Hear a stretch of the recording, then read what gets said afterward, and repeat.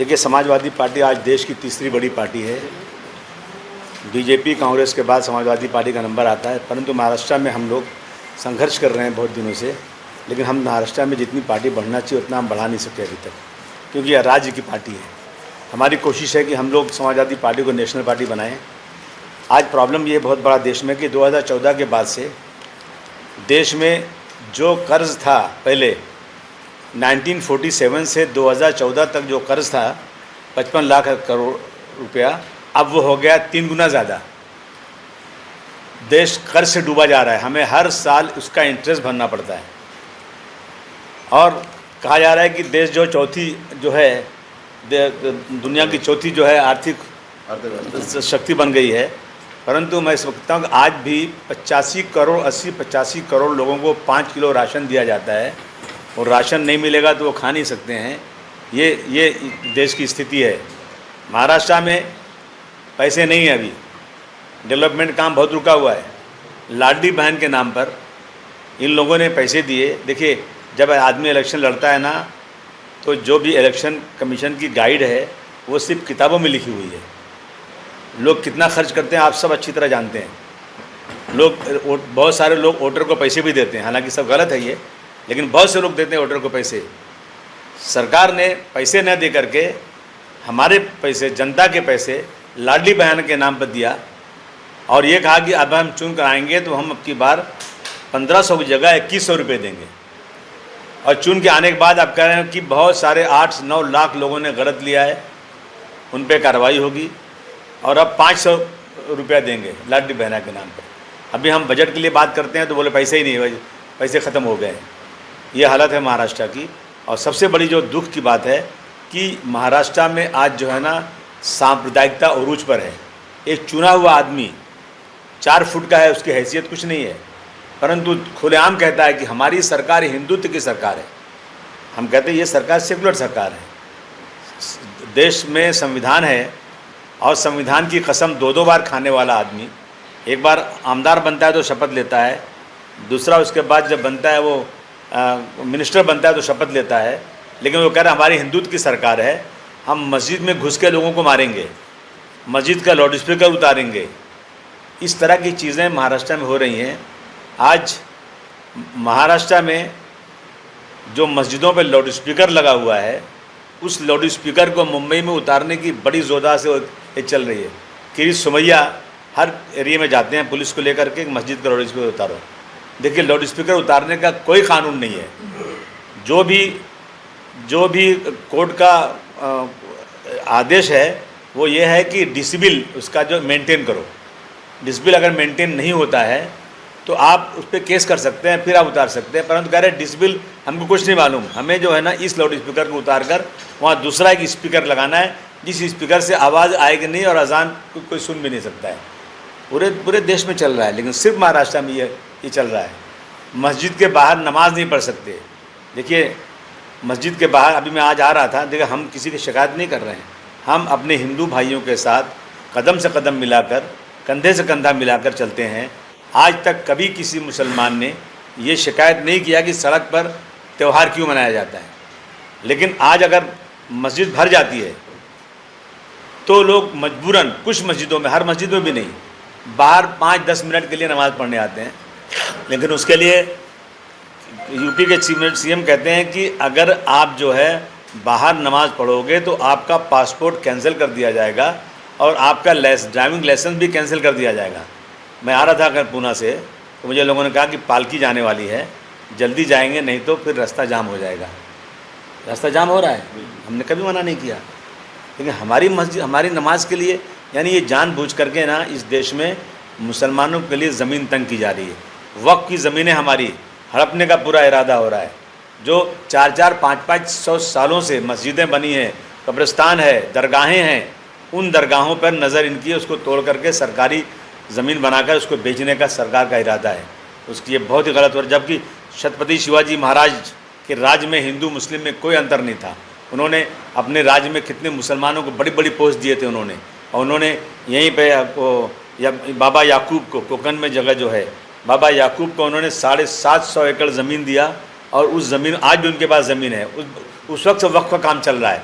लेकिन ये सरकार आने के बाद वक्फ की ज़मीनें आज जिसने पूरे देश की सारी प्रॉपर्टी बेच दिया, एयर इंडिया बिक गया, एयरपोर्ट बिक गया, सी पोर्ट बिक गया, रेलवे बिक रहा है, सारी बड़ी बड़ी प्रॉपर्टी बिक रही, नया कुछ बन नहीं रहा है। और जो है वक्फ की ज़मीनें भी मुसलमानों के हड़पने का इरादा है। पहले 3 तलाक के नाम पर मुसलमानों को बेवकूफ़ बनाया गया, जो मुसलमान को हज के लिए सब्सिडी मिलती थी वो ख़त्म कर दी गई, ये हालत है। दूसरी तरफ किसानों की हालत बहुत ख़राब है। मैं समझता हूँ वो सरकार निकम्मी सरकार है जो बार बार ये कहती है कि हम आएंगे तो एक भी किसान की आत्महत्या नहीं होगी, लेकिन आज भी किसानों की आत्महत्या बड़े ज़ोर में चल रही है और किसानों को जो मुआवजा मिलना चाहिए वो नहीं मिल रहा है। बड़े बड़े व्यापारियों का, कारपोरेट का हज़ारों करोड़ माफ़ किया जा रहा है, परंतु किसानों की हालत आज भी देश में सुधरेगी नहीं। और बड़े हमारे चौधरी चरण सिंह जी ने कहा था, बड़े नेताओं ने कहा था, जब तक किसान खुश नहीं होगा जब तक देश खुश नहीं होगा। और किसानों की हालत दिन ब दिन ख़राब होती जा रही है। ये हालत है। अभी यहाँ पे आग लग गई थी कहीं, फायर ब्रिगेड नहीं है, हो सकता है फायर ब्रिगेड नहीं हमारे पास। हम बहुत बड़े $5 ट्रिलियन की इकनॉमी बन रहे हैं, लेकिन हमारे पास फायर ब्रिगेड नहीं, हमारे पास है इक्विपमेंट उसका है नहीं यहाँ पे इसमें जो हो रहा है। और इस तरह की चीज़ें देश में हो रही हैं। मैं समझता हूँ कि हमें जो है सोचना चाहिए, ये देश संविधान से चलेगा, अपनी मर्ज़ी से नहीं चलेगा। ये समाजवादी पार्टी हर धर्म के लोगों के साथ, चाहे किसी धर्म का भी हो। और याद रखिए, जो भी लोग राजनीति में धर्म को लाते हैं वो समझो कि बहुत ही ख़राब लोगों के हाथ में सत्ता है, और जो लोग डेवलपमेंट को लाते हैं समझिए वो अच्छे लोग हैं। आज ये जो है जिस तरह से हमारी फॉरेन पॉलिसी थी वाजपेयी जी के ज़माने में, नेहरू जी के ज़माने में, इंदिरा गांधी के ज़माने में, वो जो है हमारी फॉरेन पॉलिसी ख़त्म हो गई है। आज वाजपेयी जी का भाषण बार बार आज दिखाया जा रहा है कि उन्होंने कहा था कि इसराइल को फ़लस्तीन की ज़मीन खाली करना चाहिए, और आज हमारी सरकार जो है इसराइल को सपोर्ट कर रही है। मैं समझता हूँ ये जो है जो विदेश नीति है हमारी बहुत कमज़ोर हो गई है। हमारे पड़ोसी हमारे साथ नहीं है। इन चीज़ों को लेकर के समाजवादी पार्टी उत्तर प्रदेश में एक बड़ी पार्टी है, और अब की बार हमें पूरी उम्मीद है इंशाअल्लाह कि 2027 में फिर से समाजवादी पार्टी की सरकार बनेगी। हम लोग कोशिश कर रहे हैं महाराष्ट्र में ताकत बनाने के लिए। अब आपको कुछ पूछना हो तो पूछिए। इस्रायलच्या मुद्द्यामध्ये अमेरिकेने आज स्टँड घेतला, अमेरिकेने इस्रायलच्या बाजूने उभं राहत इराणवरती हल्ला केलेला, आपण कशा पद्धतीने? देखिए, ऐसा है कि जो अमेरिका की चौधराहट है देश में ना, वो ख़त्म होना चाहिए। डॉक्टर राम मनोहर लोहिया साहब ने कहा था, बहुत पहले कहा था कि भारतवर्ष, हिंदुस्तान, पाकिस्तान, बांग्लादेश, श्रीलंका, नेपाल का एक महासंघ बनना चाहिए, ताकि जो अमेरिका हमेशा धमकी देता है, अमेरिका कहता है कि मैंने जो है पाकिस्तान और भारतवर्ष की जंग को बंद करा दिया, हमारे इसमें अपमान हमारा है। प्रधानमंत्री जी कहते नहीं, ऐसा नहीं है, वो बार बार कह रहे हैं हमने जंग बंद कराया। और जिस तरह से इसराइल ने फ़लस्तीनियों के ऊपर जिस तरह से हमला किया, और बच्चे नए छोटे छोटे बच्चों को जैसा मारा गया, भूख से तड़प रहे हैं, खाने के लिए जा रहे हैं, NGOs खाना ला रही है, वहाँ पे बम मार के कितने लोगों को मार दिया।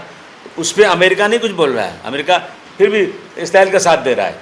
और इसराइल ने पहले हमला किया है ईरान के ऊपर, उसके बाद उसने रिलेटेड किया है। और उसने, मैं बधाई देता हूँ कि 85 साल का वो इंसान जिसके दादा भारतवर्ष में पैदा हुए थे, बाराबंकी में पैदा हुए थे, भारतवर्ष का खून है उन लोगों के अंदर, उन्होंने जिस तरह से इसराइल को जवाब दिया, मैं समझता हूँ कि बहुत ही ज़बरदस्त काम किया उन्होंने। मैं इसको तारीफ़ करना चाहता हूँ। इसराइल को भुगतने का समय आ गया है, ऐसा लगता है? इसराइल को भुगतने का समय आना ही चाहिए, क्योंकि कहते हैं अल्लाह भगवान के यहाँ देर है अंधेर नहीं है।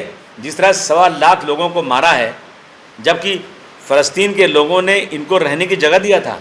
मेरे घर में कोई मेहमान आए, मैं उसको जगह दूं और मुझे भगा के खुद ही कब्जा करने लग जाए, तो ये हो रहा है फ़लस्तीन। और देखिए, मुसलमानों का जो है ना, पूरा फ़लस्तीन के साथ पूरी की पूरी हिमायत है, क्योंकि वहाँ बहुत सारे हमारे प्रॉफिट है, पैगंबर पैदा हुए। हमें कुरान शरीफ में लिखा है कि आप उस मस्जिद को जाओ, फ़लस्तीन में मस्जिद का दौरा करो, मस्जिद के लिए मदद करो, वहाँ दिया जलाओ। तो हमें तो फ़लस्तीन की हमारी जो मस्जिद वहाँ पर है, उससे हमारी पूरी की पूरी आस्था है, चाहे दुनिया कुछ भी कहे, लेकिन हम फ़लस्तीन के साथ हमेशा खड़े रहेंगे। लेकिन भारत किसको सपोर्ट है, ईरान को या इजराइल को? अभी दोनों नहीं, भारत को जो है इंसाफ करना चाहिए। भारत जो है इसराइल के फेवर, अभी वो 149 मुल्कों के लोग गए थे, हमारे प्रधानमंत्री जी नहीं गए उसमें, उन्होंने साइन नहीं किया वहाँ जा करके। ये भारतवर्ष की जो परंपरा रही है उसके खिलाफ है काम किया उन्होंने। इसका सपोर्ट दे भारत को, ईरान का दे या इस्रायल का दे या अमेरिका का? हम तो कहेंगे ईरान को देना चाहिए। निवडणुकीनंतर सर निवडणुकीनंतर 45 दिवसामध्ये जे निवडणूक आयोगाने सांगितले की तो डाटा नष्ट करणार होता। अभी मैं डाटा अभी ऐसा है ना कि ये जो सरकार है ना, ये हर चीज़ जो है इलेक्शन जीतने के लिए कर रही है। अभी पिछले इलेक्शन, असेंबली इलेक्शन में जो बड़े बड़े लोग हारे हैं, उसके पीछे इंक्वायरी होना चाहिए। एक ही दिन फटाफट जो है कई लाख लोगों का वोटर लिस्ट में नाम आ जाना, बहुत लोगों का नाम कटवा देना, इसकी परंपरा रही है। ये लोग जो है इलेक्शन कमीशन इनके हाथ के खिलौना बन चुका है। मैं समझता हूँ आज इस देश में सही और फेयर इलेक्शन नहीं हो रहा है। महाराष्ट्र में हिंदी की सख्ती की जा रही है, महाराष्ट्र में हिंदी की सख्ती करने की क्या जरूरत है? अरे भाई, हिंदी की सख्ती नहीं, अरे भारतवर्ष में आज भी पार्लियामेंट के अंदर एक कमेटी है लैंग्वेज के नाम पर, जिसमें 45 मेंबर होते हैं। वो पूरे देश में जाकर हिंदी में काम करने के लिए प्रोत्साहन करते हैं। सेंट्रल गवर्नमेंट का जितना काम है, सेंट्रल गवर्नमेंट का सारा काम हिंदी में होता है। और अगर महाराष्ट्र में 3 लैंग्वेज है तो सबसे पहले मराठी होना चाहिए, उसके बाद इंग्लिश, हिंदी होना चाहिए, फिर इंग्लिश होना चाहिए, मैं समझता हूँ। और तीसरी लैंग्वेज कौन सी आना चाहिए, मुझे कोई बताए। अगर चाहे हिंदी नहीं आए तो कौन सी लैंग्वेज भारतवर्ष में, महाराष्ट्र में होना चाहिए, वो कोई लैंग्वेज बता देना कोई। मनसे के बाळानंदगावकर कुछ दिनों पहले इधर आए थे, उन्होंने ऐसा कहा कि अगर यूपी में अगर 3rd लैंग्वेज मराठी अगर करेंगे वो, तो इधर हिंदी करने के बारे में सोच सकते हैं। अगर आप ऐसा ही कहते हैं तो फिर इधर जाइए, दक्षिण में जाइए, तमिलनाडु, कर्नाटक में, उधर जाकर हिंदी सख्ती करके दिखाइए। वो तो कर नहीं रही है ये सरकार। बहुत छोट भैया नेता, ये सिर्फ और सिर्फ जनता को गुमराह कर रहे हैं। जनता के बीच में ऐसी बातें करके वोट हासिल करना चाहते हैं। इनकी पार्टी के 14 MLA चुन कर आए थे, बहुत आए थे, 0 हो गए ना अभी तो, इन्हीं वजहों से। लेकिन महाराष्ट्र में रहकर मराठी बोलना भी 100% बोलना चाहिए, बिल्कुल। आप तो हिंदी अरे की बात करते हैं। भाई सुनिए ना, मेरी पढ़ाई यहाँ नहीं हुई है, मी प्रयत्न करतो मराठी जाती। फिर अभी नहीं मेरे पास, मैं कोशिश कर रहा हूँ। मैं मराठी की बहुत इज्जत करता हूँ, सम्मान करता हूँ, मराठी का पूरा सम्मान होना चाहिए, लेकिन हिंदी का अपमान नहीं होना चाहिए। आने वाली समय में महाराष्ट्र में लोग क्या प्रयत्न करने जा रहे हैं कि इस बार ज़्यादा से ज़्यादा, यही तो प्रयत्न है ना जो आए आपके पास, यही प्रयत्न है, कोशिश कर रहे हैं कि भाई कुछ सीटें चुनकर लाएं, अच्छे लोगों ढूंढ रहे हैं जो आएंगे। ठाकरे सेनेचे नेते आहेत भास्कर जाधव यांनी असं म्हणलेलं आहे, शरद पवारांची साथ, राजकारणातून साथ सोडली हे मोठी चुकी केली आणि आता त्यांना कुठेतरी अफसोस होत आहे। राजकारणातून निवृत्तीचे संकेत पण त्यांनी दिलेले आहेत। देखिए, शरद पवार एक बड़े नेता हैं। आज इस देश में अगर ये सच पूछा जाए तो शरद पवार एक बड़े नेता हैं, और शरद पवार का साथ जो लोगों ने छोड़ा है ना, वो सब ईडी और इनकम टैक्स की डर से छोड़ गए हैं। मैं अपने मनसे की बात की, 14 आमदार थे, अभी 0 पर आ गए हैं, अभी ठाकरे। आप किस तरह से देखते हैं? आ जाए। उद्धव ठाकरे अरे ये मराठी मुद्दा कुछ मुद्दा होता है क्या? इसको मुद्दा बोलते हैं क्या? ये फालतू बातें करते हैं लोग। मराठी जो महाराष्ट्र में रहने वाले सब मराठी से प्यार करते हैं, किसी को नफरत मराठी से नहीं है। लेकिन जो लोग यहाँ पैदा नहीं हुए हैं, आप मुझे बता दो, आज समझो कोई IAS अफसर है, यहाँ आया 3 साल के लिए, 5 साल के लिए, उसने मराठी सीखा, कल इसकी पोस्टिंग आसाम हो सकती, जा सकता है, वो आसाम चलेगा, आसामी सीखे वो, उसके बाद फिर उसको गुजरात भेज देंगे तो गुजराती सीखे वो। मतलब क्या, एक ज़बान ऐसी होना चाहिए देश में जो कश्मीर से कन्याकुमारी तक उसका सम्मान हो। बाकी हर स्टेट में उसकी ज़बान है, हर स्टेट की एक ज़बान है, उसको सम्मान होना चाहिए। ठाकरे और मनसे जो एक साथ आने की सोच रहे हैं, उसकी तरफ आप कैसे देखते हैं? भाई से भाई के तकाजे भी कुछ हैं, सहन के बीच दीवार अपनी जगह। अगर उसी घर में पैदा हुए हैं तो साथ रहें, हमें खुशी है, हमें कोई एतराज़ नहीं है, रहें साथ में। लेकिन वो एक होने के बाद बहुत सक्सेस रेशो उनका बढ़ जाएगा, ऐसा कहा जा रहा है। मुंबई महापालिका, हाँ, मुंबई महानगरपालिका रहेंगे या तो लोकल बॉडी जो भी इलेक्शन रहेंगे, अगर राज ठाकरे और उद्धव ठाकरे एक हो जाएंगे तो बीजेपी को हरा पाएंगे, या तो वो जो अदृश्य शक्ति है उसको हरा पाएंगे, ऐसा कहा जा रहा है। तो आप क्या लगता है कि राज ठाकरे और उद्धव ठाकरे एक हो जाएंगे तो पूरा? नहीं, राज ठाकरे जी की अभी तो कोई ताकत है ही नहीं, खाली वो तो नफरती की बात करते हैं रोज़ाना, हिंदी के खिलाफ, उत्तर भारतीयों के खिलाफ, मराठी और हिंदी के खिलाफ, यही धंधा उनका है। अब उनके आने के बाद हो सकता है कि जो शिवसेना की ताकत है कम भी हो सकती है, कोई ज़रूरी नहीं बढ़ जाए। ऐसे लोग जो आज तक उनके बारे में गलत बोलते रहे, अब साथ में जा रहे हैं। अब देखिए आगे आगे होता क्या, मैं बोल नहीं सकता इस बारे में, लेकिन दोनों भाई मिल जाए तो मुझे कोई एतराज़ नहीं, मुझे खुशी होगी। राज्याची एका साखर कारखान्याच्या निवडणुकीमध्ये उभे त्यासाठी आज मतदान होत आहे। राज्याच्या उपमुख्यमंत्रीच्या पदासारख्या माणसाला अशा साखर कारखान्याच्या निवडणुकीत उभं राहणं शोभतं का? आणि तुम्ही कशा पद्धतीने बघताय निवडणूक? स्वतःला चेअरमन म्हणून पण घोषित केलं। नहीं है, उप मुख्यमंत्री होने के बाद तो पूरे महाराष्ट्र के मालिक हैं वो, फिर उनको ऐसे छोटे काम नहीं करना चाहिए, किसी और को खड़ा कर देना चाहिए था। लेकिन शरद पवार और अजित पवार का आमना सामना थेट आमना सामना लड़त हो रहा है। उनका जो बड़े नीलकंठेश्वर पैनल है और इनका बड़े राजा सरकार बचाव पैनल है, इस वजह से जैसा शरद पवार और अजित पवार का लोकसभा में या फिर विधानसभा में जैसा आमना सामना हुआ, वैसा एक साकर कारखाने के इसमें आमना सामना हुआ है।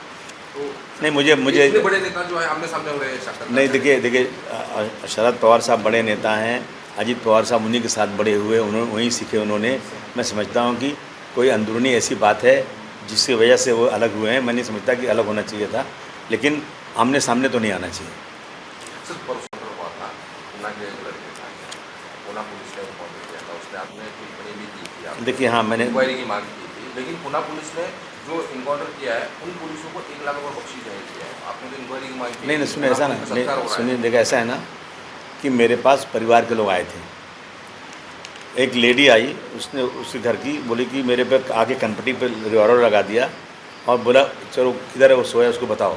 वो ऊपर गई, नॉक किया, जैसे दरवाज़ा खुला उसको गोली मार दिया उसको। देखिए बहुत बड़ा भी क्रिमिनल हो, कसाब से बड़ा क्रिमिनल कौन हो सकता है?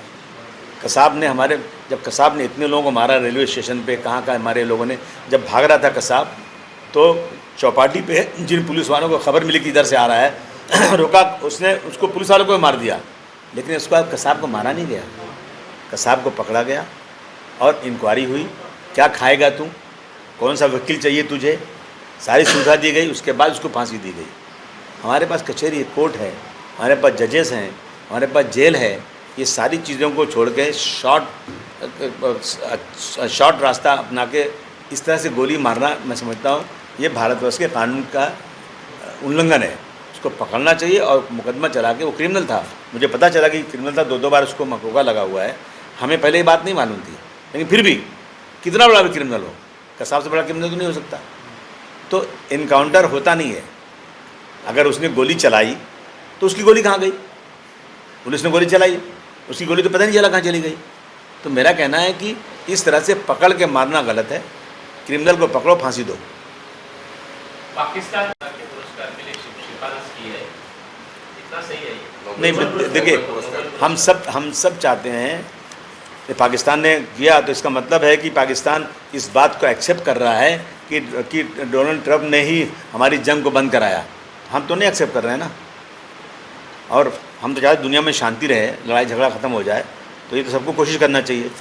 परंतु कुछ लोग अपने हथियार बेचने के लिए दुनिया में जो हत्याएं करवा रहे हैं लोगों की, इसकी निंदा होना चाहिए। एक तरफ नीतीश रानी हिंदुत्ववादी बात लेकर आए, पार्टी अपनी कम्युनिटी की लेकर बात करें, तो अबू आजमी का क्या विचार है इन दोनों को लेकर? अबू आज़मी समाजवादी पार्टी अखिलेश यादव और मुलायम सिंह यादव के नेतृत्व में चलती है, जो रोज़ाना सुबह हनुमान की पूजा करते हैं। वो हिंदू लोग हैं, लेकिन वो हिंदू और मुसलमान में अंतर नहीं समझते। हम सिर्फ जालिम और मजलूम, जो जुल्म करता है उसके ख़िलाफ़, जिसके साथ जुल्म होता है उसके साथ है।